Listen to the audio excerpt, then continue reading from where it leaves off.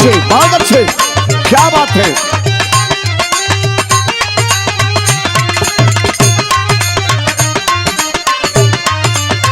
वाह वाह रे नंदलाल।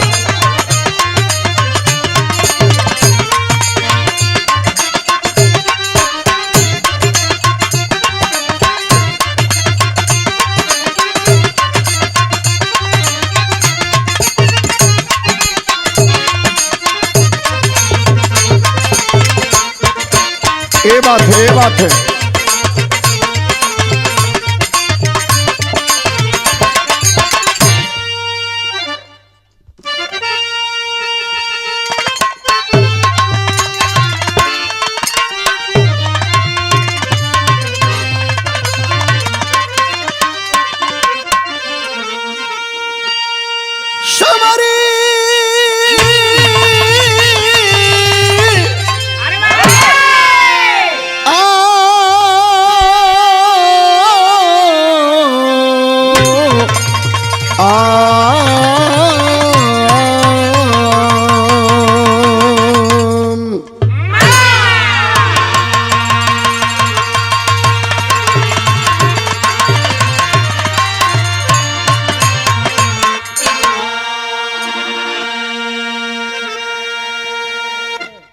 अच्छा बाबूजी, बड़ा ही सौभाग्य है आज आप लोगों के बीच में किरण म्यूजिक के सौजन्य से और बड़े भैया जो हमारे आदर्श हमारे गार्जियन हैं परम आदरणीय श्री वीरेंद्र यादव जी के असीम कृपा से आप लोगों के बीच में एक भक्ति रस की गजब की प्रस्तुति लेकर के प्रस्तुत हो रहे हैं और हमें उम्मीद और विश्वास है कि आप लोगों को जरूर प्रस्तुति हमारी पसंद आएगी। तमाम बिरहा हमारे आवाज में आप सुने होंगे और एक बात बता रहा हूं, हमारे बड़े भैया श्री वीरेंद्र यादव जी के देख रेख में एक बिरहा मैंने गाया था, विजयगढ़ की गाथा और महिमा मां भंडारी की। गजब की पसंद आप लोग की और पूरे दुनिया में जहां तक भोजपुरी बिरहा को लोग जानते वहां तक ये बिरहा बजी और आज भी लोग बड़े प्रेम से हर मंच पे इसकी मांग करते हैं। यह सारा का सारा श्रेय है किरण म्यूजिक के हेड ऑफ डिपार्टमेंट हमारे बड़े भैया श्री वीरेंद्र यादव जी का। और आज आप ही के असीम कृपा से पुनः आपके बीच में यह गजब की भक्ति रस की प्रस्तुति लेकर के हम आ रहे हैं और प्यार से ध्यान से सुनिएगा और किरण म्यूजिक के मालिक और इस म्यूजिक को बहुत आशीर्वाद आप लोग दीजिएगा। 4 लाइन भूमिका में भाव है, आइए यहीं से कहानी को चलते हैं। कहना हो कैसे मास्टर?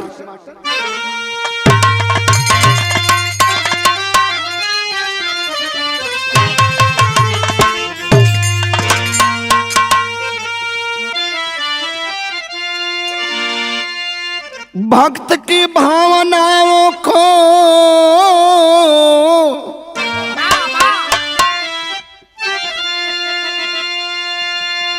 भक्त की भावनाओं को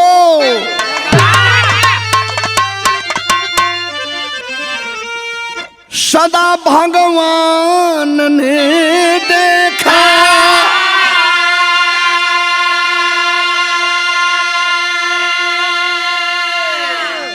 कमल कीचड़ में खिलते हैं सदा इंसान ने देखा।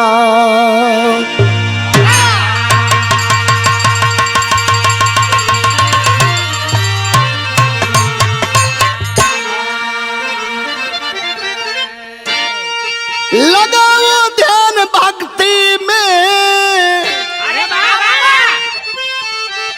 अगर मुक्ति को पाना है, खिलाओ फूल हृदय में अगर जन्नत को जाना है।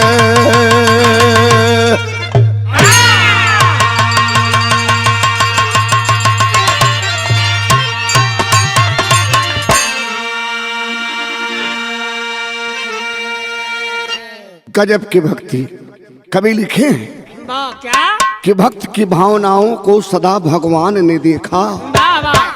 कमल कीचड़ में खिलते हैं सदा इंसान ने देखा। लगाओ ध्यान भक्ति में, लगाओ ध्यान भक्ति में अगर मुक्ति को पाना है, खिलाओ फूल हृदय में अगर जन्नत को जाना है। विरह में एक लाइन गीत लगल बाबू, यह गजब की भक्ति है। हमारे आवाज में भक्ति चाहे भरथरी की हो, चाहे भक्त पूरल मिल की हो, या श्रवण कुमार की हो, तमाम भक्ति रस के विरह हमारे आवाज में आप सुने होंगे।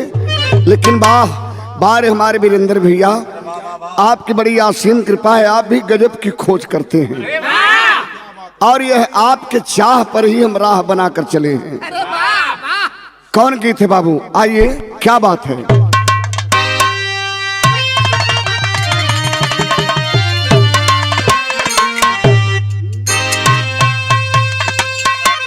अरे प्रभु आप बसो वृंदावन में,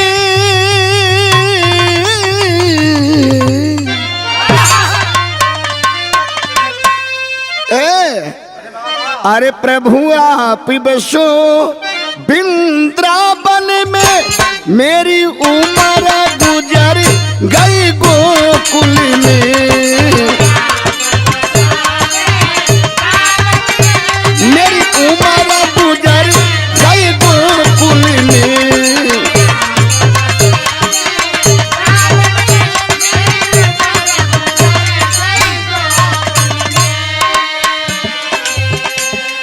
लिखने वाले ने बड़ी बढ़िया बात लिखा है बाबू। एक लाइन गीत का बानगी बताता जाऊंगा ताकि विरह का आनंद बना रहे। तो भगवान अगर इस बंदे को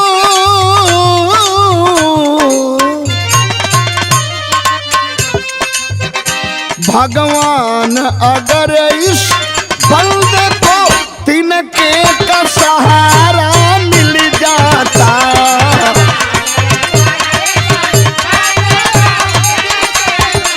जय हो जय हो।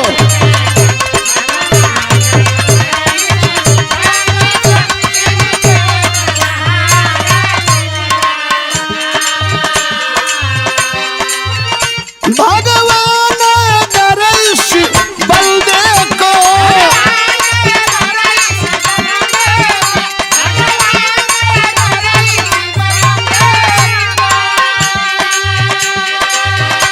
तिनके का सहारा मिल जाता, जीवन रूपी इस नैया को,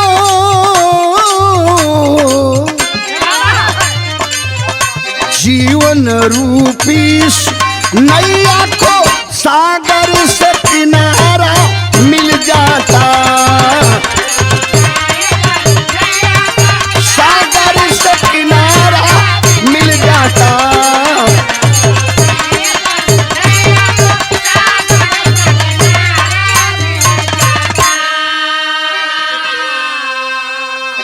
भगवान अगर इस बंदे को तिनके का सहारा मिल जाता, जीवन रूपी इस नैया को सागर से किनारा मिल जाता। एक एक लाइन पर गौर हो बाबूजी, यहीं से कहानी की शुरुआत हो गल, बिल्कुल कहानी पानी की तरह साफ हो चल जाएगी। क्या कहना बाबू, आइए। भक्त के भाव में भगवान सदा आते हैं, सदन कसाई के पलरा पे तौले जाते हैं, ग्राह को मार कर गजराज को छुड़ाते हैं, कभी आमा से बिल्ली का बच्चा बचाते हैं, भक्ति में लीन बिंदु नाम का कुम्हार रहा, मूर्ति बनाता बेचता यही रोजगार रहा, कोई कहे कि मूर्ति चाहिए डमरू वाला की, लेकिन हमेशा मूर्ति गढ़त नंद लाला की। आय हाय, इतने कहानी मिलल बाबूजी। मथुरा वृंदावन के बीच में एक छोटा सा गांव है, जौने गांव का नाम है वृंदवटी। वृंदवटी ग्राम सभा में हर जात धर्म के लोग जीवन यापन करेलन और वहां के लोग भगवान कन्हैया को भगवान नहीं मानते हैं। कहते हैं कि यह नटनागर है, चीर चुराने वाले हैं, यह चित चोर हैं, छलिया हैं। लेकिन उसी गांव में, वृंदवटी गांव में रहने वाला बाबूजी एक गरीब जात का कुम्हार प्रजापति, मिट्टी का बर्तन बनाने वाला जात का कुम्हार भगवान को अपना आराध्य देव मानता था। भगवान श्री कृष्ण को अपना आराध्य देव मान करके आए बाबू डेली मिट्टी की मूर्ति बनाता था और बना करके दुकान में सजाता था रंग पेंट करके। लेकिन जब जब मूर्ति बनावे मने मने गुनगुनाल करे, भगवान के भक्ति में लीन रहे। एक लाइन गीत बदलत है बाबू, कैसे मास्टर आवा।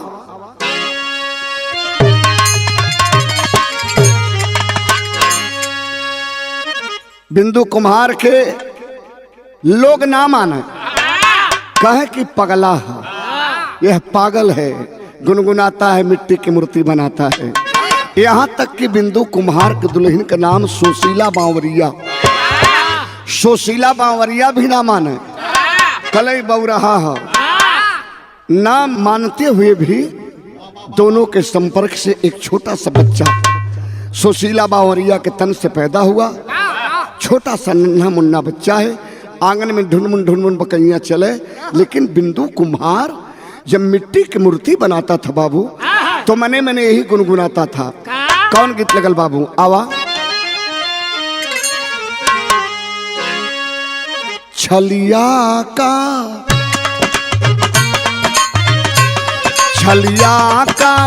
भेष बनाया,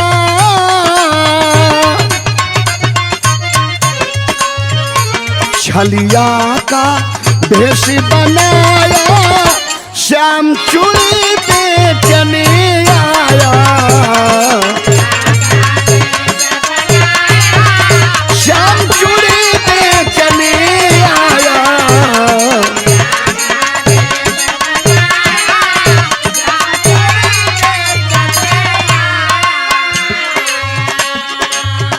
लेकिन गाना में गौर करिए बाबूजी, यह भक्त की भावना क्या है।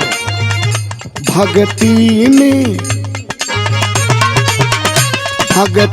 में ध्यान लगा के,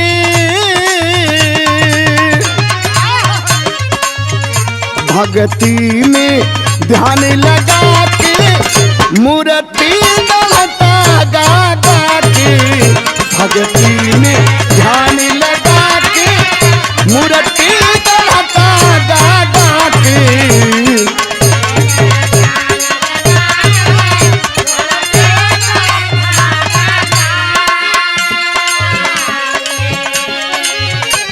यह अडिग भक्ति देखिए, मूर्ति चाहे कोई देवता का बनावे, हनुमान जी के, गणेश जी का, शंकर जी का, पार्वती का, माँ दुर्गा, माँ सरस्वती, कोई देवता का मूर्ति बनावे।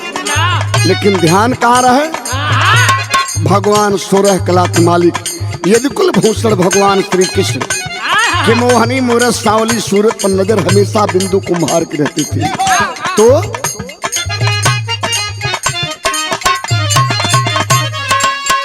कभी मुरली बजाते कदम डारी पे,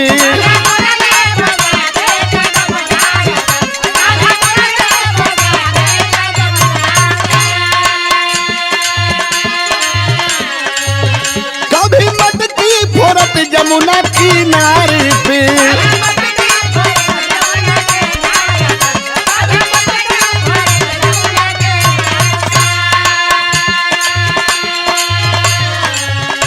कभी माखन मुख लपटा के,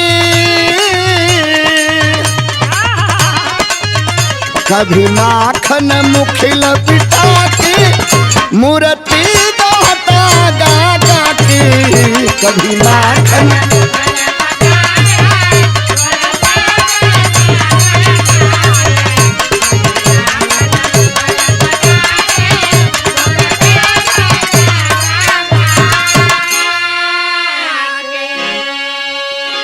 ऑर्डर ही मूर्ति लेता था, ऑर्डर पे लेता था मूर्ति वह बिंदु नाम का कुम्हार जो भगवान श्री कृष्ण का अनन्य भक्त था। लोगन का मूर्ति बना के जब दुकान में रंग पिंड करके सजा के खड़ा करे तो ग्राहक जब लेवे वाला हमें तो सारी मूर्ति में झलक के कर है मुरलीधर भगवान श्री कृष्ण की। लोग जाके पूछे का भैया बिंदु हमार मूर्ति बन गई?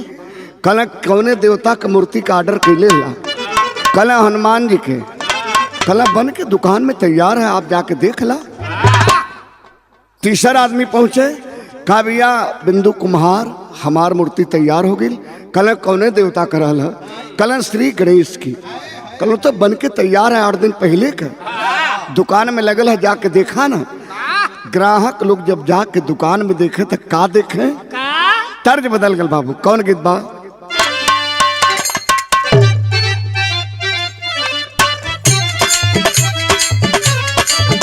क्या बात है? काता झूला झूलनिया जा, काता झूला झूलनिया जा, भोलावी राधा प्यारी।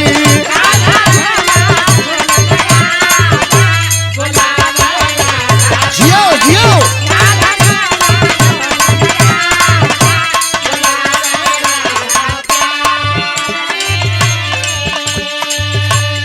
लेकिन गौर करिए बाबूजी, ग्राहक लोग जब बिंदु कुम्हार की दुकान में जाएं और मूर्ति पर जब ध्यान लगावें तो का स्थिति रहे? ग्राहक देख देख भ्रम जाता, ग्राहक देख देख भ्रम जाता, कान्हा की सुघर मूर्तिया।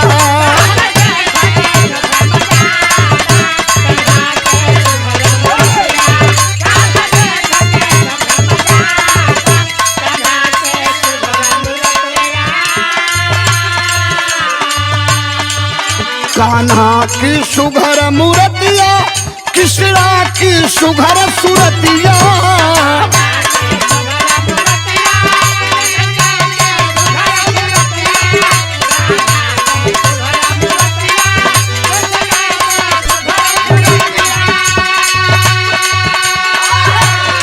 ग्राहक देख देख भ्रम जाता, कान्हा की सुघर मूर्तिया।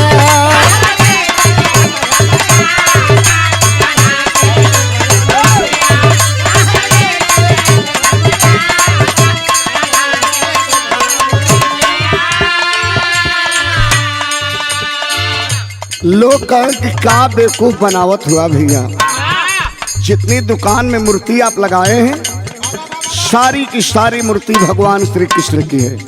और आपको हम लोग आर्डर दिए थे शंकर जी की मूर्ति, गणेश जी की मूर्ति, और आप छलिया कन्हैया की मूर्ति बना करके लगा दिए हैं। तब कभी लिखत हो कैसे बाबू? क्यों शिव जी समझ ले जाता, कोई गणेश गौरा माता। क्यों गणेश गौरा,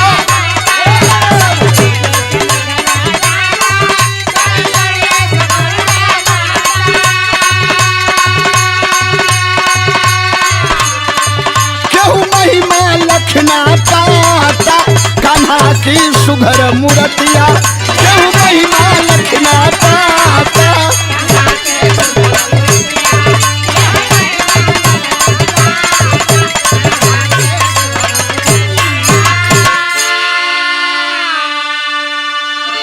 बिंदु अंत में जाए आंगन में जो हौदी में मिट्टी की मूर्ति बनाओ तल वहां से छोड़ के जब जाए कल भी ये चला हम बता दें कि गणेश जी का चाहत है, कल हमें चाहत है। तो जौने मूर्ति पर कल ला कान गणेश जी हूँ, जौने मूर्ति पे बिंदु कुम्हार हाथ रखे वह देवता हो जाए, गणेश जी हो जाए।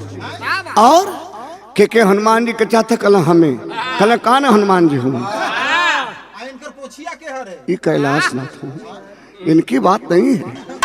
ये भैया बड़ा चर्चा हो गई, बिंदु कुम्हार की भक्ति की बहुत चर्चा हो गई। कह रहे भैया गजब की भक्ति है। मूर्ति कौन और देवता का लोग दिखाई देता, और जिस मूर्ति पर हाथ रख दे रहा है वही देवता हो जा रहा है। आज जब चर्चा होगा तो कवि जी शैली में लिखना बाबू आवा।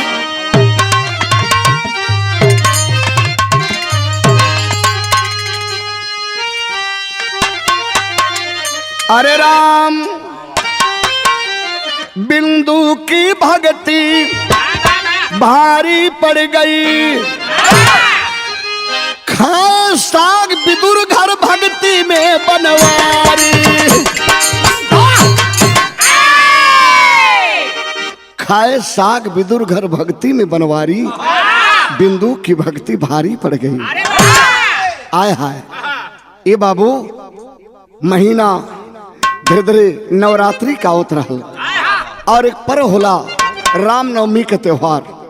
तो रामनवमी के त्योहार होला तो घर पिछवार सब लिपल पोतल जाला, साफ सुथरा कल जाला। आज बिंदु कुम्हार की सुशीला बावरिया दुल्हन सवाल करती है, बाबा का आज आप मिट्टी की मूर्ति नहीं बनाएंगे? कहना क्यों? अरे आर्डर की मूर्ति लिया हूँ, हमें आर्डर देना है, हमको बनाने दो, काहे को मना कर रही हो? दुल्हन कहती नहीं, आज आप मूर्ति नहीं बनाएंगे, आज आप बच्चे को देखेंगे खिलाएंगे। अरे भाई आप कहाँ जाओगी? बिंदु कहें आप कहाँ जाओगी? तो सुशीला बावरिया जवाब देती है क्या कि गांव की मोहल्ले की सारी नारियां यमुना जी में जा रही हैं घड़ा लेकर के पानी लेने के लिए। आज यमुना जी का जल लेकर आऊंगी घड़ा में तो घर आंगन को लीपी पोतेंगी, साफ सुथरा करूंगी, इसलिए मैं आज यमुना जी जा रही हूँ। तब कभी लिखा तो कलन की ठीक बा, हमारे को बात सुना, बच्चा भी सो रहा है कि जग रहा है? दुल्हन कही कि नहीं अभी तो जग रहा है। कल काम करो, जहां मैं हौदी में मिट्टी की मूर्ति बनाने के लिए मिट्टी तैयार कर रहा हूं, बस हमारे पास बच्चे को चटाई बिछा करके सुला दो, लेटा दो, जब तक खेलता रहेगा नहीं खिलाऊंगा, बच्चा रोने लगेगा तब मिट्टी की मूर्ति नहीं बनाऊंगा, बच्चे को खिलाऊंगा, यही सुला दो। लेकिन कभी लिखत हो का भल बाबू तनी गौर करी है कैसे मास्टर?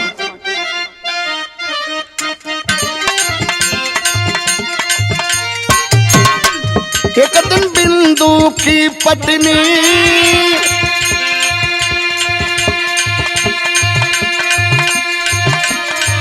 मन में अपने जिद ठानी है,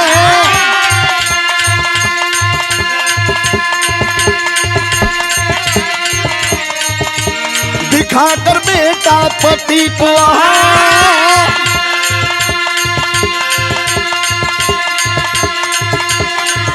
भरने को चली तब पानी है,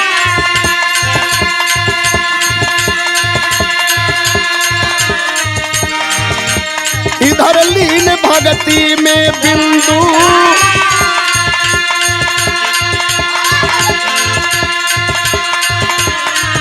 फावड़ा से मिट्टी छाट रहा,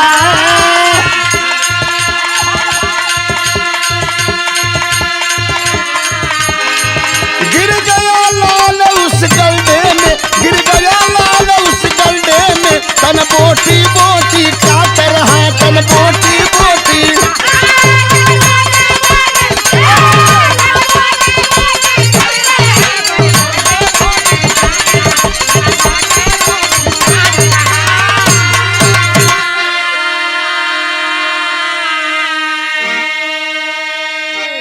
बिरहा सुने वाले भैया लोग, बाबू लोग, अब बिरहा में है गजब हो गए बाबा का।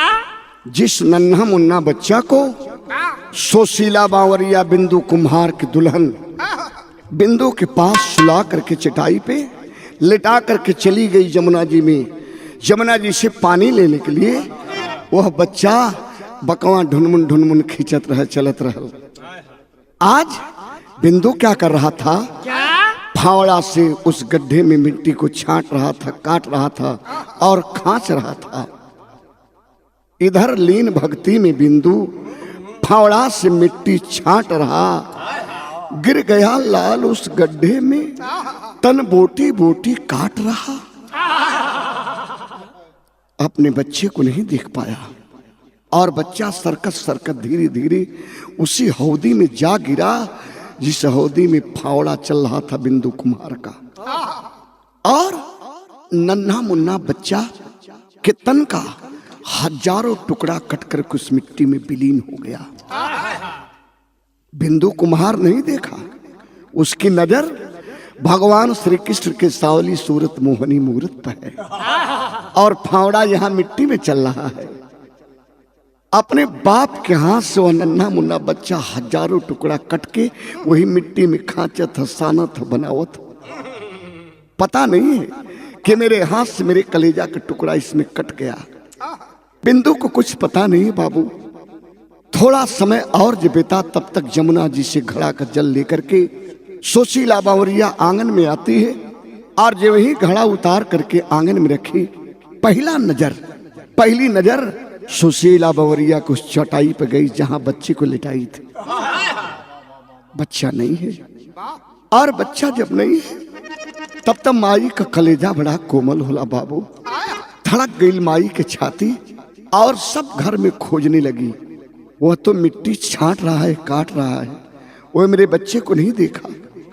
मेरा बच्चा कहीं ढुनमुन चलत चलत कोनो घर आंगन में तनाई गल। सब घर में खोजे थे, दरवाजे पे जाके गोतिन पड़ोसिन से पूछे थे, बहनी लोग हमरे लाल के केहू देखला, हमरे बाबू के केहू देखला, लेकिन कभी लिखत हो का भल तनी गौर करिए बाबू। आवा लाल।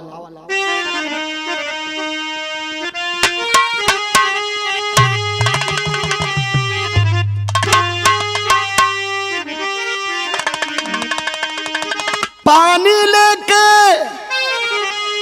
आइली जमाया नवा खोजा लाला नवा के।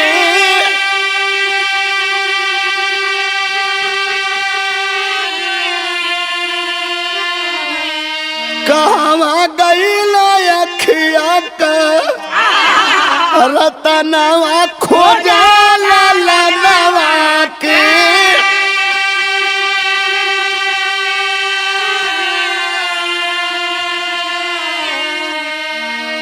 इधर उधर चित में भीतर बाहर का जुटल परोसिया हो, कैसे सही मतारी ममता का छलकल हसिया हो। भैया लोग बहनी लोग हमने लाल के क्यों देखला। लोग कहला कि का बबरैलू तुम, तोहार आदमी तो बौरहा है, तुम पागल हो गई। अरे भला तोहार बच्चा भी पेटकुइया चलेला, 8-9 महीना का बच्चा 10 महीना का हो, भला कैसे द्वार डाक के दूसरे के घरे जाई। पागल हो गई सुशीला। जा एक बार अपने आदमी से तो पूछा। दुल्हन गई लगी झकझोरने, झकझोर करके पूछ रही कि बताओ ना मेरा लाल, मेरा बच्चा कहाँ गया। मैंने तुम्हें दिखा कर गई थी, मेरा बच्चा कहाँ गया। बिंदु कुम्हार का जवाब रहा, कहाँ सुलाई थी, मैंने तो उसे देखा तक नहीं। मैंने कहा था ना कि मेरे पास सुला दो, जब रोने लगेगा तो मैं खिलाने लगूंगा। न बच्चा रोया, न मैं खिलाया, न मैं देखा। मैं नहीं देखा। झकझोर रही थी। अचानक झकझोरते माँ की नजर उस हौदी की मिट्टी पे पहुंचल, जिस मिट्टी में लाल का तन बदन कट के खचात रहा। जब माई देखली मिट्टी में बाबू, तब का भल तनी ई देखे। गड्ढा अंदर देखली खोला नया नवा, देखा लाला नवा के।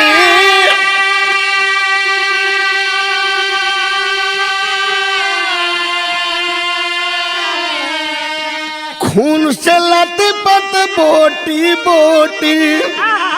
वह तनवा खोजा लाला नवा के।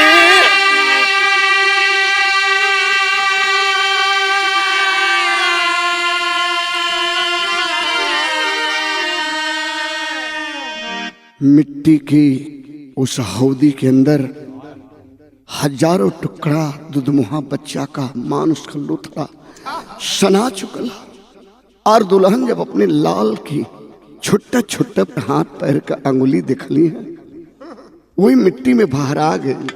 और तनी सा जब होश में आवे तब मिट्टी मांस के लोथड़ा से निकाल के ही आंचल में रखे, मिट्टी निकाल के आंचल में रखे। कभी गश्ती खा के बेहोश हो जाए। गांव घर पड़ोस कर सब आस पड़ोस कर सब लोग जुटल हो, सब लोग कल कैसन पागल तो हम लोग ना देख ली जा। भला उस दुधमुहा बच्चा से इसकी कौन सी दुश्मनी थी जो काट डाला अपने हाथ से? तैसे भी इसके बदले में काटना चाहिए। दुल्हन बेहोश हो जाए, फिर कभी जब होश में आवे तो उसी मिट्टी में इनसे मांस का लोथड़ा लाल का निकाल के आंचल में रखे और अपने पति को धिक्कारे। धिक्कार के का कहे बाबू, तनी गौर करिए कैसे मास्टर। आओ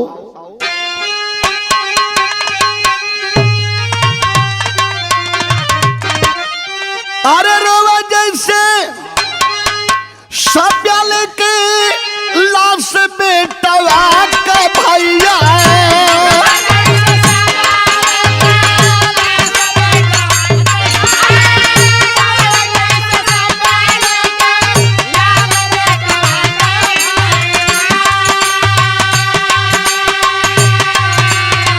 रोवे शमशान घाटी रोवे आसमान,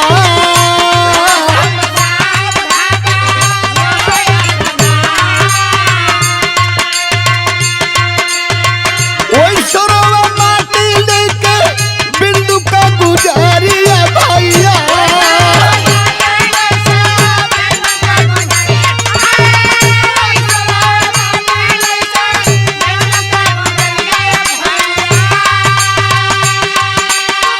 ऊपर पर जाओ तुहर भगती महान,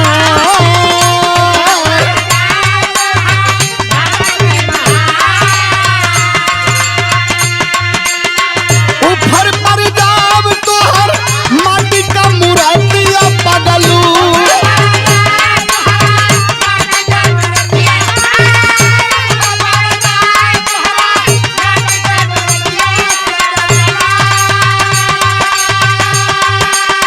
ऊपर पर जाओ तुहर कृष्ण भगवान।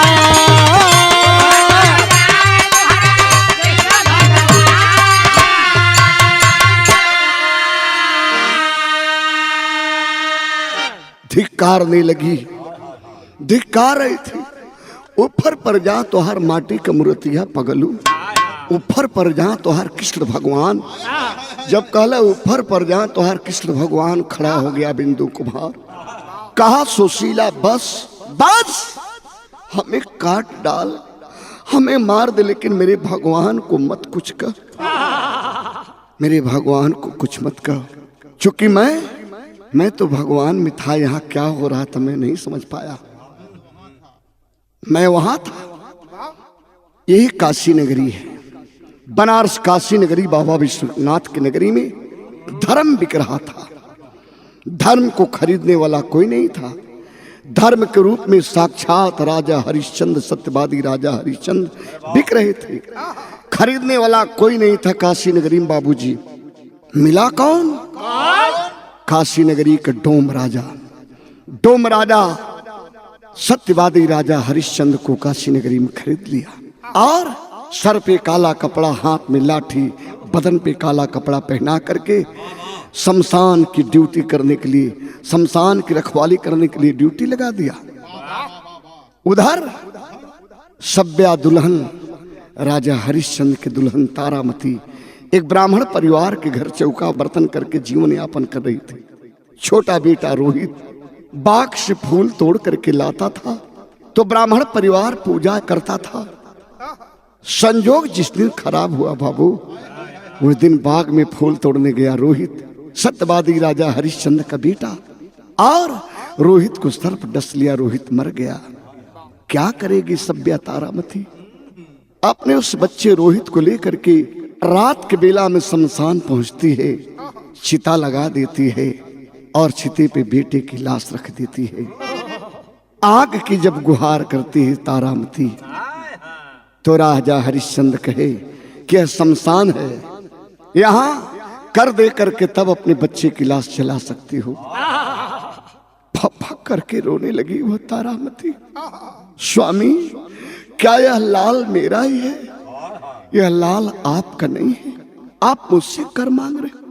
मैं एक ब्राह्मण के घर चौका बर्तन करके जीवन यापन करती हूँ और मुझसे कर मांग रहे हैं, यह आपका बेटा नहीं है।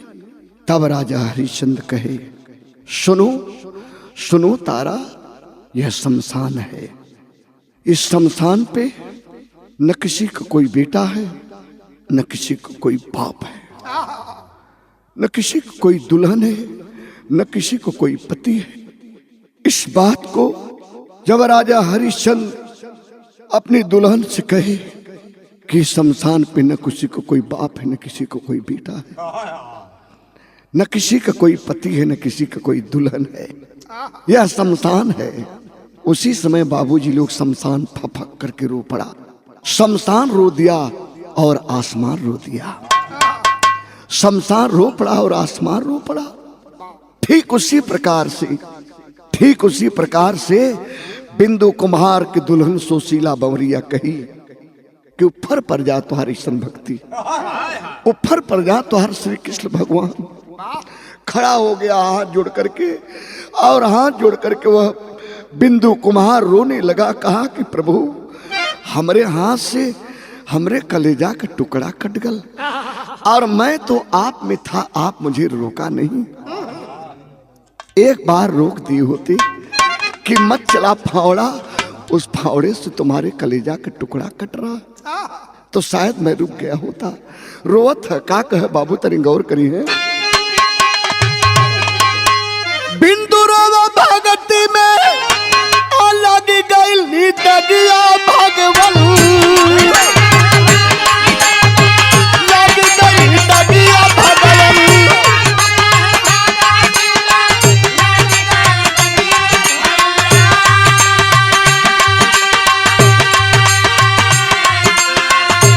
भगती से उठल विश्वास श्री मां,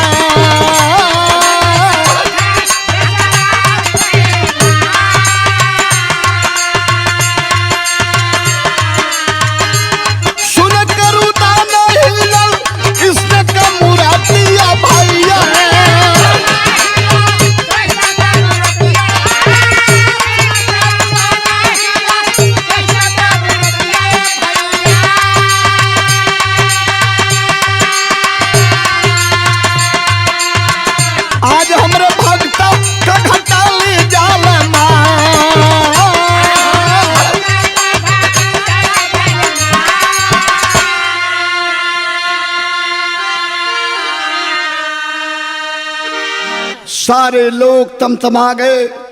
जैसे नन्हा मुन्ना बच्चा को काट करके मिट्टी में खपस डाला, आज इसे भी हम लोग काट डालेंगे। इतना बड़ा पागल नहीं देखा हम लोगों ने। रो रहा था बिंदु हाथ जोड़ करके, हाथ में मिट्टी लगी है जो मिट्टी खून से बिल्कुल रंगीन है। रो रहा था कि प्रभु, जमाने के लोगों को मैं क्या जवाब दूंगा। जमाने के लोग मुझे पगला कहते थे, मैं तो पागल आप में हूं, मैं तो पागल आप में हूं, लेकिन जमाने के लोग मुझे बहुरहवा कहते हैं, पगला कहते हैं। आज तो वह दिन आ गया कि अब जिंदगी से ही जाना पड़ेगा मुझे, और आपके लिए जिंदगी से जाना पड़ेगा। भगवान की आंख से आंसू छलक गए, भगवान रोने लगे। भगवान रोने लगे, देख कौन रहा था? जो अटल भक्ति के विश्वास मान करके आराध्य देव माना था, वह बिंदु कुम्हार देख रहा था और लोगों से कह रहा था कि तुम लोग हमें काटोगे ना, देखो मेरे भगवान मेरे लिए रो रहे, देखो मेरे भगवान मेरे लिए रो रहे। हमारे भगवान को तुम लोग रुला दिए। लोग कलन के अभिन्न ड्रामा कर था, एक भगवान के दिखाई देते हूँ। अपने लड़का के कार्ड लेके ना देखा था कि दुल्हन मर जाल चाहे ले, आई भगवान के देखा था कि भगवान रोत हो। उठा ली बांसुरी मनमोहन, भगवान श्री कृष्ण यदुकुल भूषण योगेश्वर श्री कृष्ण बांसुरी होठ पे रखे, लब पे रखे और मंद मंद बांसुरी फूकने लगे। बांसुरी की आवाज जब निकलने लगी तो लोग मंत्र मुग्ध होने लगे, और अपने भक्त के लिए भगवान को एक चमत्कार दिखाना पड़ा। कैसा चमत्कार बाबू? प्रमाण है। कैसे मास्टर?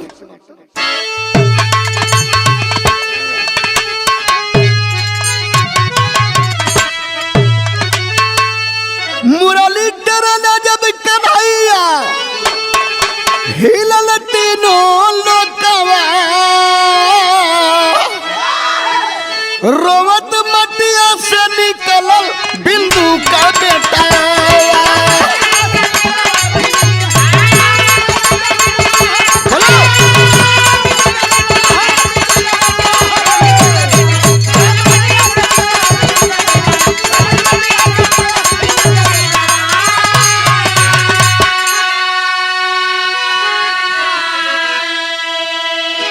यह चमत्कार देखे बिरहा सुनने वाले बाबू लोग, भैया लोग, यह चमत्कार देखे। भक्ति के वशीभूत भगवान जौने हौदी में, जौने मिट्टी के हौदी में वह नन्हा मुन्ना दुधमुहा बच्चा हजारों टुकड़ा कट गया था फरसा के धार से, आज वही मिट्टी के हौदी से क्या करत लाल निकलल। और मिट्टी में से माई जो मांस का लोथड़ा निकाल करके आंचल में रखी थी, वह सारा का सारा लोथड़ा लापता हो गया। और मिट्टी के हौदी में से लाल जब रोत निकलना, माई सुशीला बंवरिया झपट करके अपने लाल को उठा लेते हैं गोद में। तब क्या हुआ बाबू, और देखिए, मटिया से माई झट से ले हाली निकाल हो, मटिया का मूर्ति जैसे ढलका नंदलाल हो।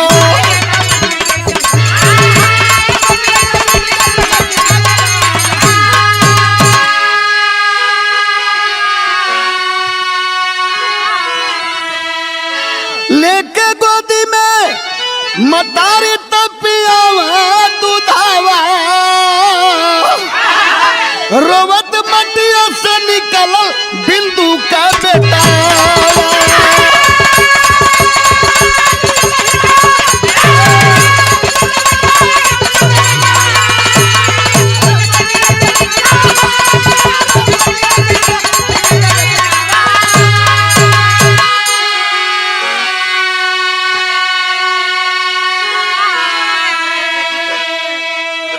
ये रहा एक अटूट भक्ति का प्रसंग। और हमारे वीरेंद्र भैया किरण म्यूजिक के हेड ऑफ डिपार्टमेंट जो हैं, भैया की बड़ी मांग थी, भैया कोई अलग पहचान जो आपकी पहचान है उससे छोड़िए। तो इस बिरहा को आप खूब सुने और किरण म्यूजिक के चैनल को, इस म्यूजिक को आप आशीर्वाद प्यार देते रहें। और हम लोग इस चैनल के माध्यम से, इस किरण म्यूजिक के माध्यम से बढ़िया बढ़िया गीत, बढ़िया बढ़िया बिरहा लेकर के आपके बीच में हमेशा आते रहेंगे, आपके बढ़िया बढ़िया बिरहा सुनाते रहेंगे। बहुत बहुत धन्यवाद वीरेंद्र भैया के, बहुत बहुत प्रणाम। और इस म्यूजिक के सभी जितने भी पदाधिकारी गण हैं, सबका मैं रंगमंच की ओर से, इस म्यूजिक के माध्यम से, अपने पार्टी की ओर से बहुत बहुत हार्दिक अभिनंदन वंदन स्वागत करते हैं। तो गुरुदीन मोहम्मद राम सेवक सिंह शिवबदन की बानी कथन करें भरी द्वार संगम्बिका बेचू ज्ञानी।